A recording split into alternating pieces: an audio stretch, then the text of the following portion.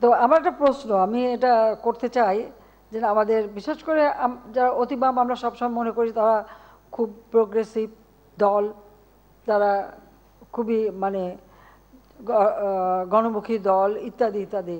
তো সেখানে আমার প্রশ্নটা হচ্ছে যে ঠিক আছে তারা আমাকে উৎখাত করবে, পরবর্তীতে কে আসবে তাহলে? সেটাকে ঠিক করতে পেরেছে? সেটাই তো আমার প্রশ্ন। কারা আসবে, কে আসবে ক্ষমতায়, কে দেশের জন্য কাজ করবে, কাকে তারা আনতে চায়, সেটা কিন্তু স্পষ্ট না। আর সেটা স্পষ্ট না বলেই তারা কিন্তু কেউই জনগণের কোনো সাড়া পাচ্ছে না। হ্যাঁ, আন্দোলন করে যাচ্ছে, কেউ ফিজিটিভ হয়ে বিদেশে বসে। আমরা ডিজিটাল বাংলাদেশ করেছি, সেই ডিজিটাল বাংলাদেশের বদৌলতে প্রতিদিন অনলাইনে আন্দোলন সংগ্রাম করেই যাচ্ছে, নির্দেশ দিয়েই যাচ্ছে। তো সেখানে তো প্রশ্ন আছে। এখন যারা আন্দোলন করে করুক, সেটা তো আমরা তো বাধা দিচ্ছি না। অবশ্য আমার মনে হয় আমাদের একটু নতুন পথ নিয়ে নেওয়ার একটা সম্ভাবনা দেখা দিয়েছে যে আমরা যদি আমেরিকার স্টাইলে আন্দোলন বা আমাদের পুলিশকে যদি বলে দিই যে আমেরিকা পুলিশ যেভাবে মানে আন্দোলন থামায় সেটা অনুসরণ করতে পারে, সেটা করতে পারি। আমার মনে হয় পুলিশ এখন আমেরিকান পুলিশদের অনুসরণ করতে পারে, আমাদের পুলিশ। কারণ আমরা তো ধৈর্য ধরতে বলেছিলাম সেই 28 অক্টোবরের কথা মনে আছে 2023 সালের। আমি তো বলছিলাম পুলিশকে ধৈর্য ধরতে যে তাদেরকে পিটিয়ে হত্যা করেছে, মারছে, এবং সেই সাথে তাদের হাসপাতালে আক্রমণ, গাড়ি পোড়ানো।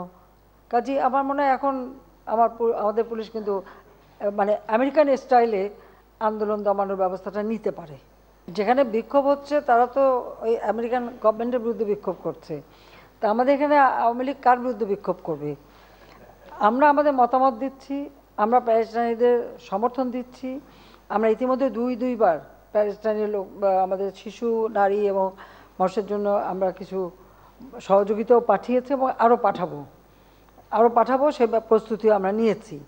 সেইভাবে আমরা প্যালেস্টাইনের পক্ষে আছি এবং আন্তর্জাতিকভাবে আমরা সবসময় তাদের পাশে দাঁড়াচ্ছি। যেখানেই নির্যাতিত মানুষ সেখানেই বাংলাদেশ আছে, এটাই আমি প্রমাণ করছি। ফিলিস্তিনের বিষয়ে তো আমি আগেই বললাম যে আমরা সবসময় ফিলিস্তিনিদের পক্ষে আছি এবং আমি যেখানেই যাই সেখানে আমি আমার কথা আমি বলবই। কারণ যেভাবে গণহত্যা চলছে এটা অমানবিক।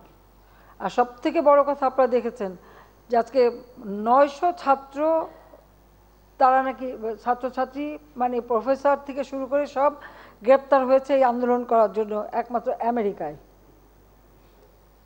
আর এটা নাকি গণতন্ত্রের একটা অংশ, সেটা আমাদের শুনতে হয়। যেভাবে একজন প্রফেসরকে দাবড়ে ধরে মাটিতে ফেলে গ্রেপ্তার করা হলো, হ্যান্ডকাপ পরানো হলো। 2001 সালে বিএনপি জামাত ক্ষমতা আসার পরপরই ঠিক যেভাবে আওয়ামী লীগের নেতা কর্মীর উপর বিএনপির সন্ত্রাসী বাহিনী এবং পুলিশ বাহিনী যেভাবে অত্যাচার করেছিল, সেই অত্যাচারের কথাটাই মনে করিয়ে দেয়। অবশ্য আবার তাদের কাছে আমাদের মানবাধিকারের কথাও শুনতে, সবক নিতে হয়। এটাই হচ্ছে মানে সবথেকে দুর্ভাগ্যের।